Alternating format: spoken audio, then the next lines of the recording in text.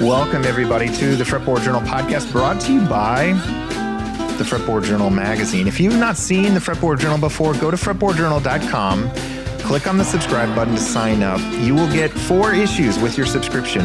It's basically a coffee table book as much as it is a magazine. It's proof that print is not dead. It just needed a little bit of a reboot. And it's filled with long-form interviews and photo essays and historical pieces about our favorite thing in the world, and that is guitars. For the 18 years that the Fretboard Journal has run, we have been celebrating the music and creativity of today's guest, Julian Lage, as best we can. We've had him here at the Fretboard Journal performing in our little corner. We've had him here with Nils Klein. We've had him on the podcast. He's been to 2 of our 4 Fretboard Summits. Our 5th Fretboard Summit, by the way, is August 23rd to 25th, 2024. And he's become a great friend to all that we do and to me personally. So when I saw that he was coming to Seattle and playing at Town Hall last week, I reached out to him to do the interview you are about to hear. And as an added bonus, I've filmed it. So if anybody wants to check it out on YouTube, you can watch this interview in its entirety on YouTube. Thanks to everybody who has followed the podcast. Thanks to our sponsors. They are Stringjoy Strings, Mike and Mike's Guitar Bar, Isotope, Stu Mac, and Peghead Nation. Go to the show notes to see some special offers from some of those brands. Tell them that you appreciate them supporting the Fretboard Journal. And I hope you enjoy this conversation with Julian Lage. His new album is called Speak to Me. It's on Blue Note Records. It was produced by another friend of the Fretboard Journal, Joe Henry. And I had an absolute blast talking to Julian about it. I hope you enjoy it. First off, tomorrow this record comes out. That's right. Can't believe it. I have been immersing myself in this record since your publicist sent it to me.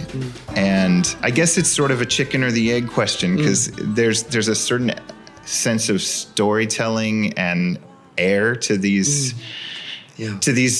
compositions, and it's sort of like that's kind of what Joe Henry is known for. Yeah, absolutely.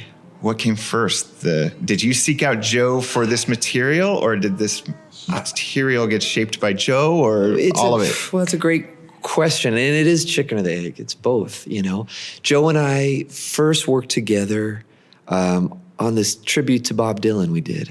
That was at Town Hall in New York, and it was him and T-Bone Burnett putting on this show. And I was involved in a trio of myself and Margaret Glaspie, my wife, and partner in crime and everything, and Bill Frisell. And that was the unit. And it was this great, and we played a few songs amidst this big production. And it was so cool and so special to us. And Joe this is the first time I got to really just be around Joe in a work environment. But if I rewind a decade or so, or if not longer, I've been a fan of Joe's since I was a kid. And my father was a huge fan, my mother. His records were on in our house all the time. So I wouldn't be the person I am without the heavy influence of Joe Henry in my life. Just aesthetically, emotionally, from a storytelling point of view, I consider him just one of the greatest ever. And we all do. Mm-hmm. So then you fast forward to kind of conceiving of this record, and there were 2 directions that were on display. One was, I said, well, I could make a solo guitar record, and try to feature some of these more kind of liberated concepts that I think get explored easier in a solo context than in a band. Misdirection, drama, surprise, whimsy, all these kind of melancholy, a sense of melancholy, which I think is really well suited to solo often. Or I could go towards a larger orchestration, which I've wanted to do for years, but frankly, I'm just intimidated by that concept. I don't want to write arrangements for a bigger band. I don't want to feel pinned down to a larger ensemble. And I think I had a conversation with my mother about this, and we were at her home, and I was saying, well, what do you think I should do? And she said, just call Joe. Just call him.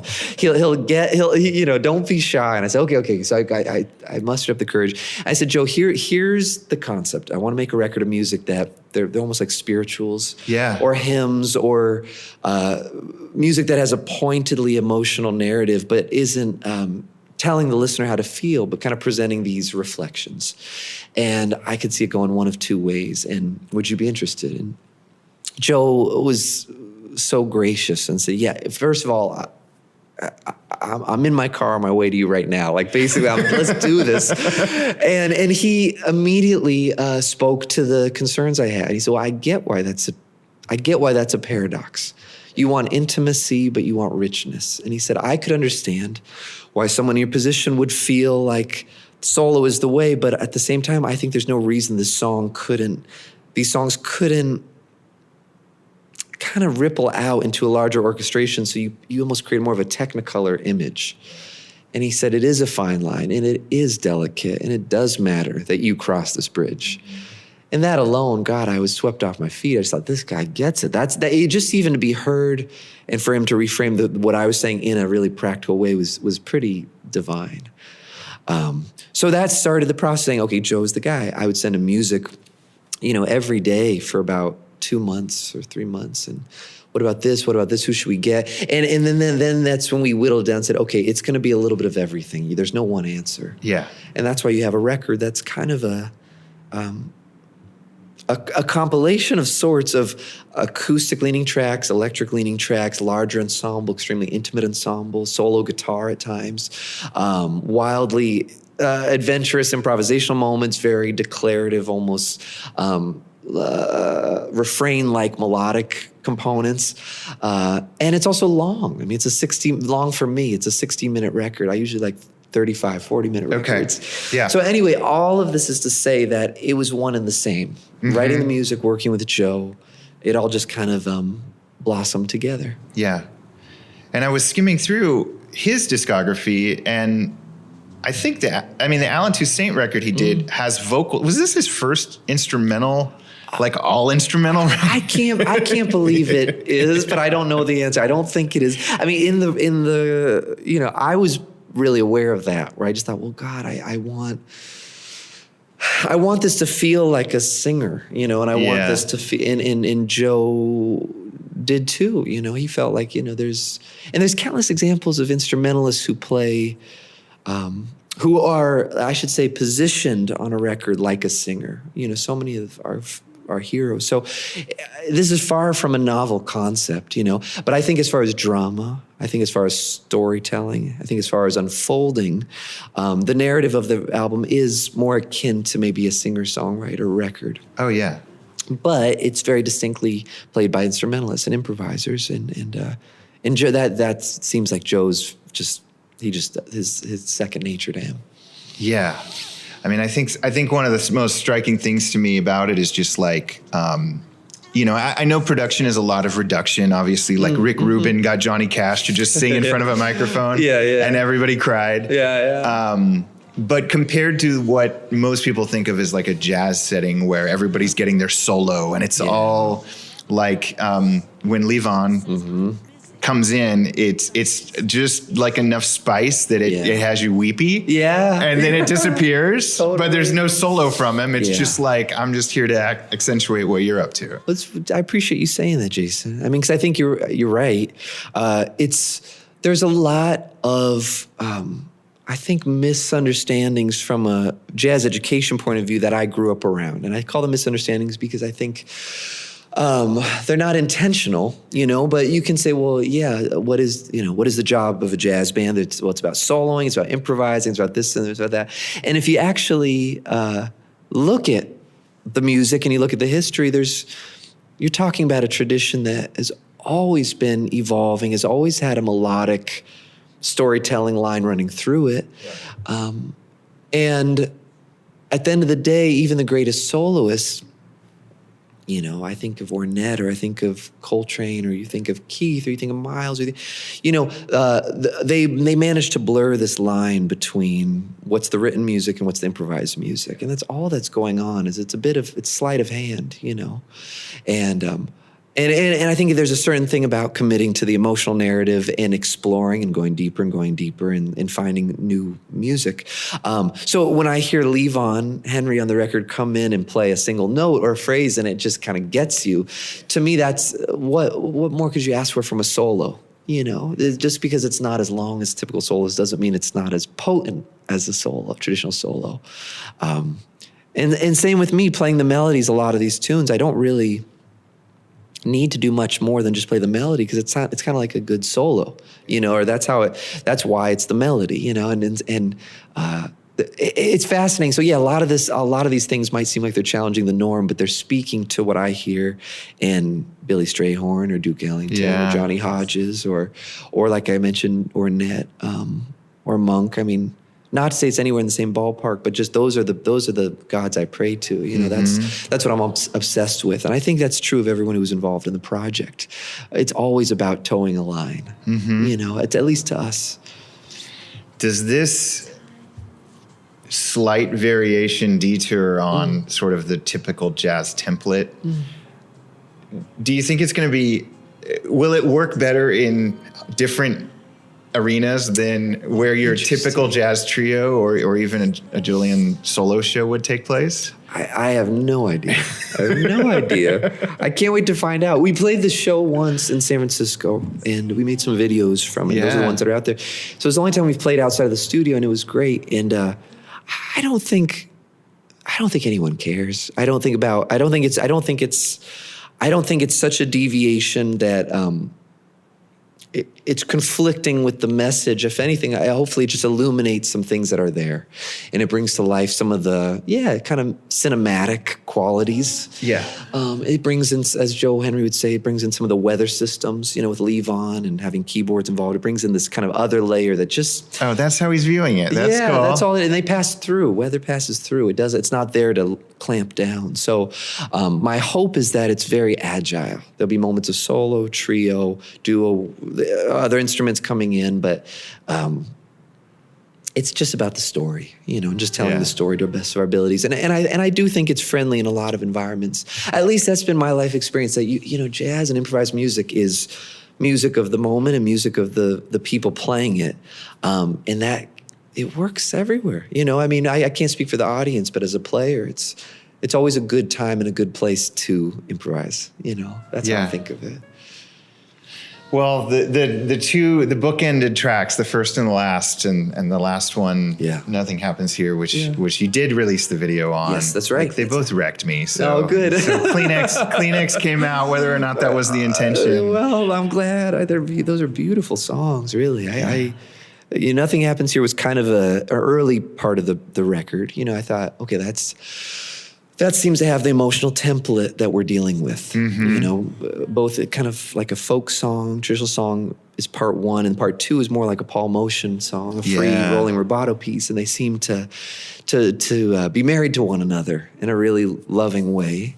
And then Hymnal, that first song, was... I always wanted to be part of the record, but we had 3 days in the studio, but we hired most everyone for 2 days, and at the end of the second day, we said, okay, we're done. Everyone can go home. And I woke up on the third day intending to go back and just, see if we wanted to add anything. And I forgot Hymnal. We all forgot to record it. Wow. And I thought, that's such a bummer. And Joe, being just this wonderful steward of the music, says, well, who's here? Patrick Warren's here. You're here. Jorge's here. Just try a version like that. Okay, and we did it. And then Jorge added some vibraphone on it, and okay, let's see if it works. I was just so grateful that we got it on tape, because I do think I think it says something that's vital to the message. But music's amazing, man. It's amazing that those songs can be a part of this book of music and kind of orient the ear. And I don't know. It was really fun to make. Where did you record this? We did it at Brooklyn Recording, at Brooklyn, Andy Taub's studio, which is a great studio. Yeah. And we did it, because a lot of the records I'm playing acoustic, one acoustic guitar or another. Yeah. I was so nervous, Jason. I didn't want to, because I'm not, acoustic guitars aren't loud. I'm not as loud as the rest of the band. And when I was younger, I had a band where it was a quintet with cello and saxophone, bass and percussion, and I played an old L5. And I played so hard and so loud just to be barely audible. And I kind of thought that was what you had to do, and I wrecked my hands doing it. And although I think we made some cool music, I wouldn't do that again. So I was really I thought, oh man, I've walked into an impossible situation because I like to record in one room with everybody. And and in this case, this is what arch tops were made for. Well, that's what I thought, yeah. And it's true, and they can work. But I kind of went down the path after that band of saying, well, you play electric guitar. That's what Jim Hall used to always say. You play electric guitar so you can play quieter. And it's true, because you're amplified, you can lighten up. Yeah. And you can hear these nuances. And that's why I like the Telecaster so much, is you hear things, you hear artifacts, more akin to an acoustic.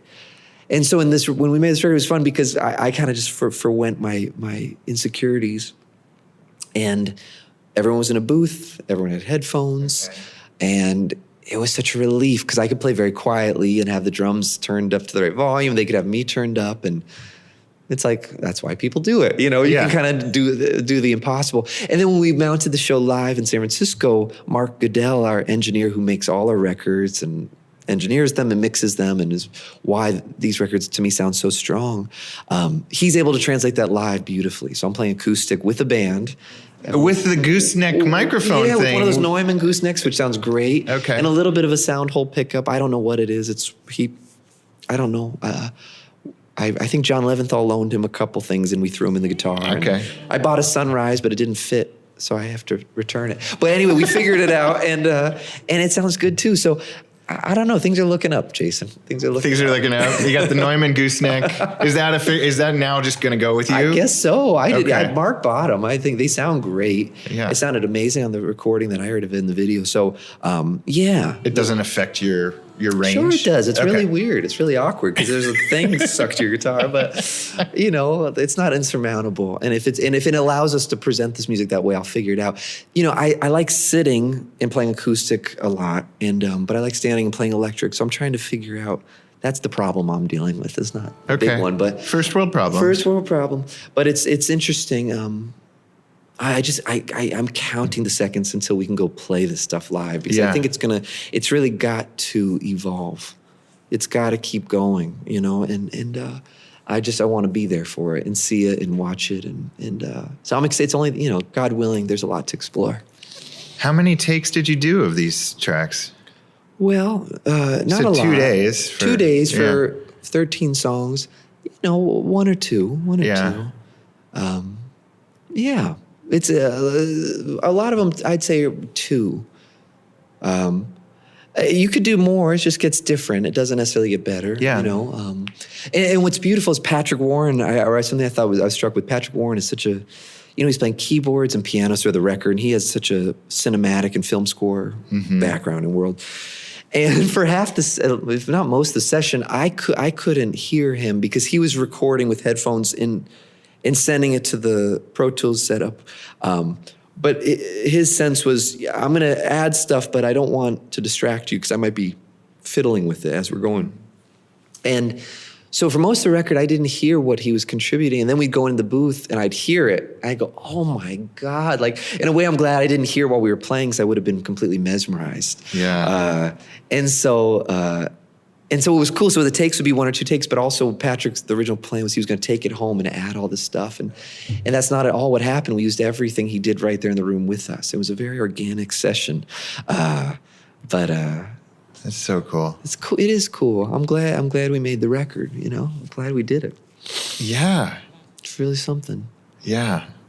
Joe's touch it's kind of hard it's hard for me to not talk about Joe Henry's production sensibility without making it sound like a tube amplifier or something. You end up going spacious, warm. Yeah.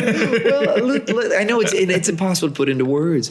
Well, but if we attempt, the thing is, Joe is so deeply intelligent, just as a man, and not. I don't just mean, cognitive intelligence, but emotional intelligence. Yeah. He knows what's going on, and he knows what he's deeply sensitive to the people involved and their thresholds and what they're up for and what he knows they're capable of and all of those things. So it's, you're watching a great director. You're watching someone who has the whole picture. Yeah. And I think sometimes, often, the role of production gets very esoteric and ephemeral. And my experience, at least with great producers, Joe being the greatest, is it's not esoteric. It's we have an hour left and we have this much to do. Can you do it? And how do you do it? It's deeply and soulfully very practical, you know?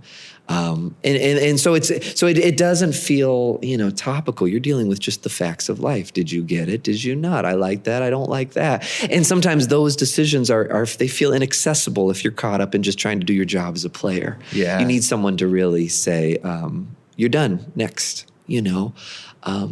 But he's a beautiful, it's like watching, watching a performer. His whole presence is just gorgeous and very kind and very liberating. So it's earthy stuff. It's very earthly. Earthy, that's good too. It's very. Now we're going earthy. into the wine adjectives. Oh, I wouldn't know about that. but sure, yeah. Joe is special, man. Well, I think he liked the music too, which helps, you know, because I think he saw what I was trying to do. Yeah. And, you know, and I told him from the start, I just said, I don't know how to do. There's a reason I haven't made this record. It's because I don't know how. I get real hung up. Because I don't know what everyone else should play. And he didn't let that stop me, which I really appreciate. He said, they'll figure it out, Julie. That's why they're who they are, you know? Yeah. I say, right. So I don't have this, I don't know what to tell Patrick. He said, you don't have to know. Yeah, you know? You can just delegate that thought. Exactly. You just be you, shine bright, do your thing, and they're going to figure it out. And I just thought, wow, what a comfort, what a relief. Yeah. Anyway. So you played acoustic and electric. What did you actually take for these recordings? I just brought, I played this Nachocaster that I play. You know, that was the main guitar, which is a Telecaster with a Dynasonic or Ellisonic, Ron Ellis's version of a Dynasonic pickup in a P90 casing. That's the guitar. And I play the Callings acoustic that we made together, OM1AJL. I think that's the full title of it. But it's like an OM guitar, and I love that guitar, and it just sounds better and better every day. And then I play, I don't know the year, I want to say it's either 30 or 31, but it's Joe's all mahogany Gibson LO. Okay. 13 frets to the body. It's a really special guitar. On this record, anytime I play it, it's down a whole step. So it's this real throaty kind of jangly thing. And I since bought one like it. You know. Wait, is that the one you bought in New York when I was in my hotel lobby? Yeah, you like sponsored this environment for us to hand it off. So that was last summer. Yes, last summer. So I bought it after the session. So this was recorded in early 2023. June of 23. Okay. And Joe brought his down, and he was so sweet. You know, it's such a feature on the record. There's some song, a song called 76 has it. I can't remember if Nothing Happens Here. As It Were, there's a song that has it. South Mountain has it. It's a real special guitar. And so I was kind of at peace with not owning that guitar. And frankly, in the last few years, I feel so lucky to have been around so many guitars, and I love guitars. And at the same time, I realize that I don't need to possess them. I don't have room for them. It's okay. And so I've kind of I played his guitar. I thought, this is great. I'm so glad he owns it. I'm going to go figure it out on the Callings and be happy as a clam that I don't need to acquire anything. And then Joe wrote me a message about a month later, and he said, I'm so sorry to do this to you, but there's one of mine for sale, and they're very rare. And I thought, you should know. Oh. And Stutman had it. Mark Stutman had it at Folkway, and I said, damn it. And so I reached out to Mark and I said, I hear you have this guitar, and I just want to be the first to tell you I can't afford it. Yeah. That's what I did. I just threw it through. I just tried to terminate this because I knew it was going to get back to me. Sure. He said, oh, this is so funny. I was about to write you because Joe had told me you played it and you loved it. I said, well, that's too bad. You know, it's not going to happen. He said, and I said, it's not going to happen. He said, it's really a good one. I said, well, it's not going to happen with money, but would you take a trade? And he said, yes. And I said, oh, damn it. Okay. So I sent him a guitar, and he sent me the guitar. Or we met up in New York with you, and it was lovely. And we sat in the lobby, and I said, wow, that's really something. And anyway, that's the story. Those are the guitars. So there's just 3 guitars on the record. What did you use for an amp? Because everything is so quiet. And, I mean, you're not playing loud, that's for sure. You can turn most amps down, which is really good. Yeah. I'm playing a Magic amp. This is the company by Mike Moody, a brilliant amp maker, and it's a Vibro Deluxe, he calls it. Okay. It's like a Black Panel Deluxe amp. And it's very quiet, you're right. I mean, on most Deluxes, I don't go above 2.5 on the volume on the amp. And same with the record. But simultaneously, I'm playing through an old Champ, an old 59 Tweed Champ. Okay. And so on the songs where there's a little more grit, the Champ is louder. In the songs where they're cleaner, the Champ is quieter. That's kind of the whole story. Okay.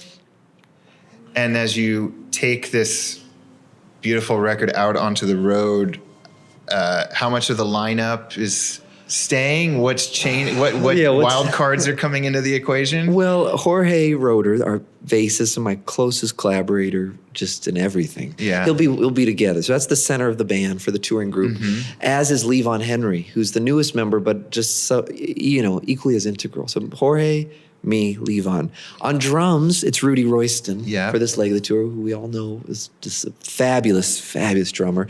And we had occasion to do a tour in Europe about a year ago, me, Jorge, and Rudy, and it was fantastic. Groovy and big beat, swinging as hell. It's just wonderful. And then Rob Berger is going to be playing the role of keyboards with us and kind of playing Chris Davis's role of prepared piano sounds and Patrick Warren's role. And we're playing a lot of other music too, So it's the record, but it's also music, new music I haven't recorded yet. It's old standards. It's kind of, my hope is that we just have a list and we can just kind of go, I want to play this, and this tonight. And see what an ensemble like that looks like I said before, as it evolves. So that's the band. Chris Davis will join us for a couple of the shows in New York and in Knoxville at Big Ears. That'll be the one time it's a larger ensemble. That's our story. It's exciting. It's exciting. So you, I think about once a month, maybe once every 2 months, I hear about a Julian Lage hack, life hack or music hack from someone. And let me just say, like, one of them was the looper pedal at soundcheck. Really? Oh yeah, sure. That's true, right? Oh yeah, I did for years. Explain. That's funny that floats around. Yeah, well, it was before we toured with our own engineer. Yep. But for a long time, I would go on stage, plug in and turn on a loop pedal and play a long passage, long enough, like maybe a minute. Yeah. And then I would I'm sure other people do this. I would just walk in the audience, set the guitar down, walk in the audience and just listen to that playing through the system. And it wasn't so much to inspect what the engineer was doing. It was more what I was doing. Okay, when I play really light, I noticed that those things, the certain frequencies are getting lost. And when I dig in, it's a little quacky. And it was only so I had that intel, and then I go up and go, okay, let me adjust this on the amp and then do it again. And I wouldn't ask the band to play with the loop, but I would just hear myself kind of in the room. And it was very helpful. I forgot about that. It's a great... I forgot about so many hacks. You've forgotten about that one. I think it was mentioned on our AMP podcast. Dig that, yeah. I forget. Maybe Robert Keeley? Would he know? He would probably know. I asked Robert Keeley to build me a pedal, and he made a prototype, and it was the coolest pedal ever. Okay. And it was called the Oboe. And all I wanted was a pedal, because I don't really use a tuner. Yeah. You can usually tell, but I for a long time I was actually very anti-tuners. Now I have one just because I need to play with other people, and but just because I was trying to train my ear to inflections and intonation, not just saying, well, in tune is one thing. Some nights I did want to be flatter, I did want to be sharper. And I said, I like how in an orchestra, I was talking to Robert, how you have an oboist who the orchestra tunes to usually. And so he made me a pedal that when you click it on, it just gives you an A440 and it comes through the amp. And so I could just tune to this note. And it was so beautiful. And we were about to, it was a prototype and we had to adjust something about it, like the volume. I think it was maybe, I forget what it was, but I needed to make some adjustment to make it more practical. And then it might have even been right before the pandemic started, and everything just kind of evolved. But that pedal was so cool, and I would love to use it. You can't do it during a show; it kind of kills the vibe. But you can do it at sound check, and also the band can tune to it. So it was a very democratic way of unifying an orchestra. So yeah, but anyway, the looper thing is a great study. So we got 2 hacks in like the span of 60 seconds. Yeah. And then I just took a class with Michael Daves, and Critter was a guest. Amazing. And he did the metronome, play all the notes. Kind of I'm going to let you explain that. I would guess it's the random eighth note yes.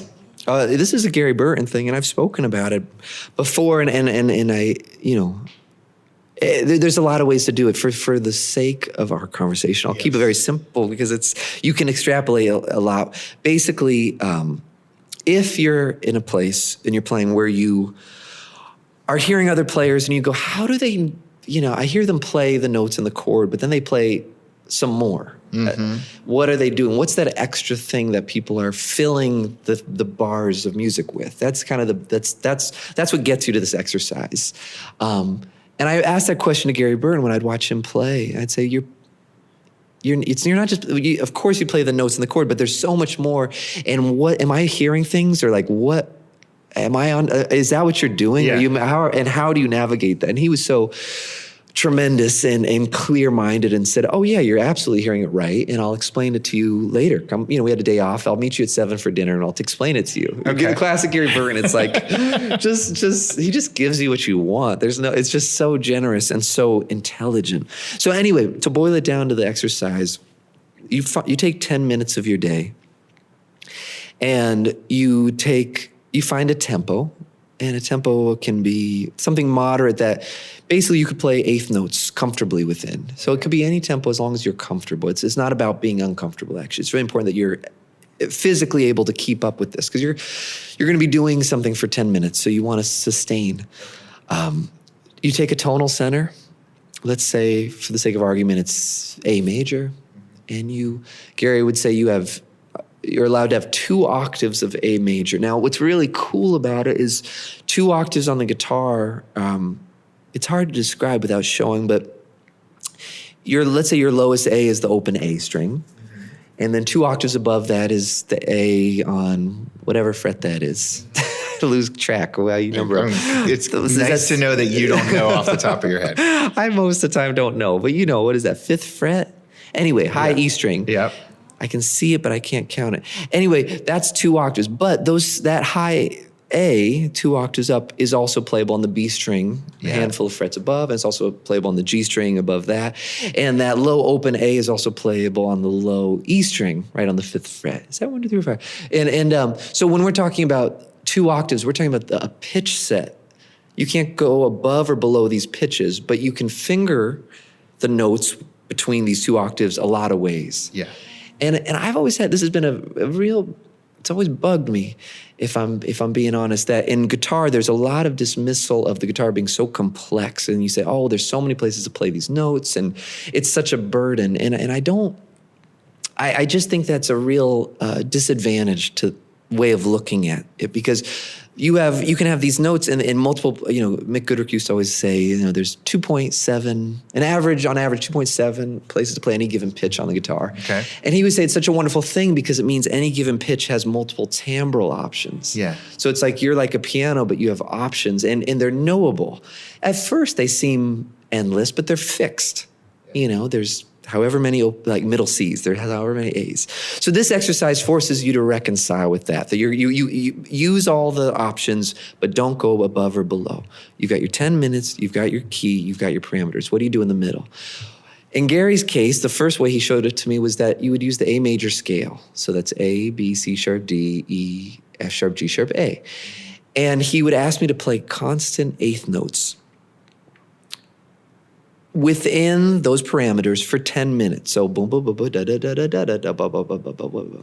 And what you're trying to do is exhaust yourself on some level of any preconceived shapes that you're used to. So maybe at the beginning you're going, ba ba da da da da da da da da da da da da, kind of like you're riding the tracks of a train, right? You don't want to get off. But after, a minute and a half, 2 minutes, whatever, your brain, I think, just by its curious nature, will start to say, well, I haven't been up there in a while, so you go up higher. I haven't really leaned into the F sharps much. I'm going to kind of orient around that, and you're basically trying to wear out what you're used to from a choreographical point of view. And what you find is that when you relinquish your usual pathways, you discover things, and also your ears perk up. And that's the point, is that you actually start hearing shapes within the lines because there's no breaks in it. It's just da da da da da da da da da.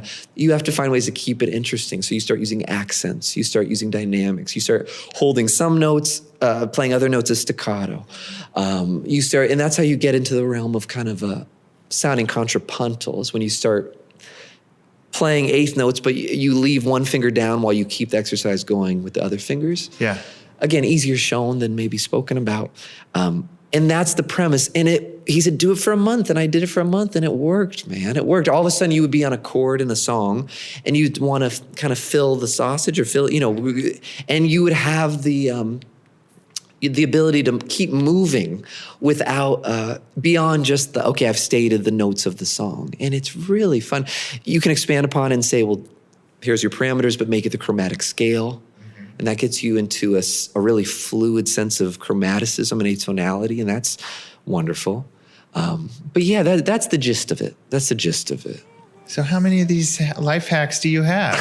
When's the book going to come out? I would love to write a book. I don't think of them as hacks, but I do. I've always wanted to write something, But I don't feel comfortable enough to. How do I say it?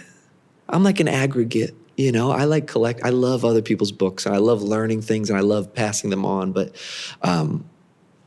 I don't, there's no flag I really want to fly about anything other than just, I hope we all play a lot of music, know? And as you well know in the guitar world, there's that thing that can happen where you lose sight of the music and it becomes about the instrument and the mechanics. And I'm such a believer that we need to take care of the mechanics and we have to understand the machine and we don't have to do anything. But if you're so inclined, there's help and there's this community that's there to support every nuanced consideration you might have as a guitar player. Yeah. And I'm talking to someone who knows that very well. It seems like the premise of all that we share. Sure. And at the same time, when push comes to shove, I don't think it really matters. None of that really matters. Yeah. And that's what gets me most excited is the music that people make with what they have, not the music that they make with what I have, Yeah. It's what they make with what they have. And then you get, a lot of exciting creativity. So that's, I don't think I need to write a book, but I think about it a lot. I do think about it. If only for myself. I wrote an essay once for John Zorn, and that got me excited. It was called 12 Observations About the Guitar. Okay. And it was released in in an anthology called Arcana, which I don't know if you've read these. No. They're fantastic. And I don't know if there's at least a dozen editions that have been coming out for many years. He writes a foreword to the book, and then within it, it's all these musicians who have been asked by him to write an essay about something that matters to them. Mm-hmm.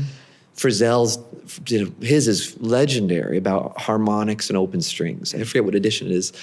And so many others. I think Frith has done them, and non-guitar players, obviously. Anyway, I wrote this 12 observations about the guitar, and they're just things that I've noticed that I'm surprised we don't talk about more. But I don't go into much depth about them. I just say, isn't this...